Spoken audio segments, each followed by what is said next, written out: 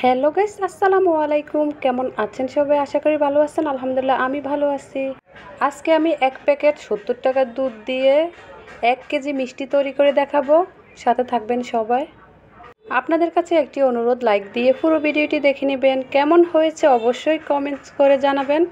আর এই সহজ এবং মজার মজার রেসিপি পেতে হলে চ্যানেলটি সাবস্ক্রাইব করে পাশে থাকবেন। ফেসবুক পেজ থেকে দেখলে ফলো দিয়ে পাশে থাকবেন। লাইক, কমেন্ট, শেয়ার করবেন।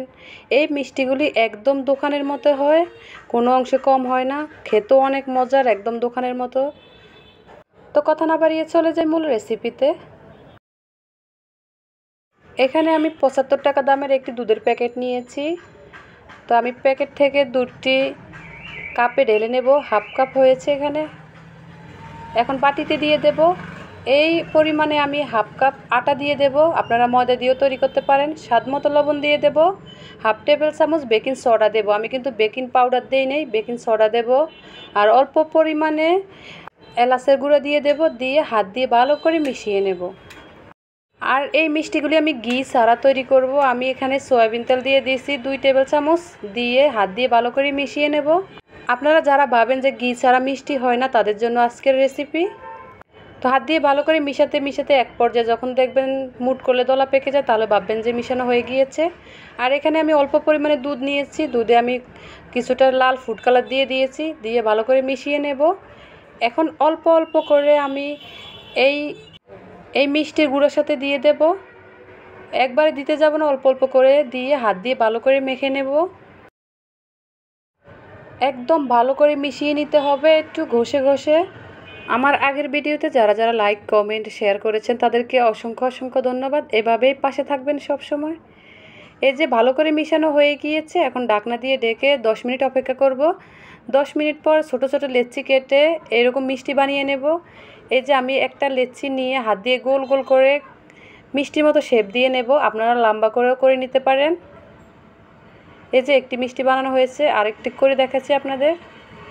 এইভাবে আমি সবগুলি মিষ্টি তৈরি করে নেব। জানি কোনো ফাটল না থাকে, এইভাবে তৈরি করে নিতে হবে। এখন আমি কড়াইতে পর্যাপ্ত পরিমাণে সয়াবিন তেল দিয়ে কুসুম গরম করে নিয়েছি। এখন আমি এক এক করে সবগুলি মিষ্টি দিয়ে দেব। এই পর্যায়ে চুলার আঁচটি একদম মিডিয়ামে রাখতে হবে, কোনোভাবেই বাড়িয়ে দেওয়া যাবে না। একটু পর পর কড়াইটা ধরে একটু নেড়ে দেব। এখনই খরসুন দেব না, তাহলে এই মিষ্টিটি ফেটে যাবে। কিছুক্ষণ জাল করলে দেখবেন যে মিষ্টিগুলি একদম ফুলে ফুলে বড় হয়ে যাচ্ছে। এখন আমি একটি বেসালার দিয়ে হালকা করে আস্তে আস্তে ঘুরিয়ে দেব। আর একদম মিডিয়াম আঁচে মিষ্টিগুলি ভাজতে হবে। এই যে কালো জামের মতো কালার চলে আসছে, এখন মিষ্টিগুলি উঠিয়ে ফেলবো। এখন শিরার জন্য আমি একটি কড়াইতে 1 কাপ চিনি দিয়ে দিয়েছি, 2 কাপ পানি দিয়ে দিয়েছি, 2টা এলাচ দিয়ে দেব। আমি লাল চিনি ব্যবহার করেছি, আপনারা সাদা চিনি ব্যবহার করতে পারেন।